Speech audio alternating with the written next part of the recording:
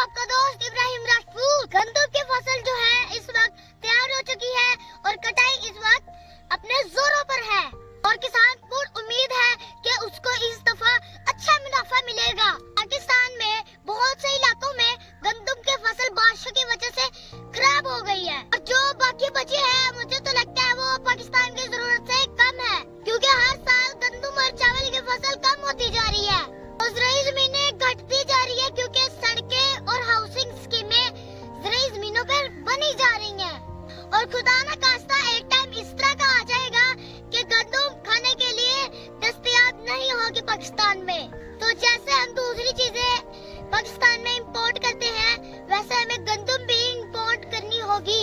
मेरी गवर्नमेंट से दरखास्त है कि ज़राई ज़मीनों पे हाउसिंग स्कीमें बंद कर दे। अगर ये हाउसिंग स्कीमें ज़राई ज़मीनों पर बंद ना हुई तो आने वाले वक्त में गंदम और चावल का शदीद बहरान आने का खतरा है। तो अल्लाह हमारे हुक्मरानों को हदायत दे और वो ज़राअत के शोबे में तवज्जो करे। अब देखिए ज़राई ज़मीनों में कितना मजा आता है। अभी मैं अपने गांव में हूँ, शहर में ऐसा मजा कभी नहीं आता। आप देखिए मेरे पीछे वो छोटे छोटे बादलों के टुकड़े कितने प्यारे लग रहे हैं, क्योंकि गांव में आलूदगी नहीं होती ज़राई ज़मीनों की वजह से और दरख्तों की वजह से साफ होता है। अब मेरे पे ये साथ में देखिए आप गंदम की फसल है जो पक के तैयार हो गई है, इसको एक दो दिन में काटा जाएगा। तो दोस्तों आपको मेरा गांव और मेरे गांव की फसलें किस तरह की लगती हैं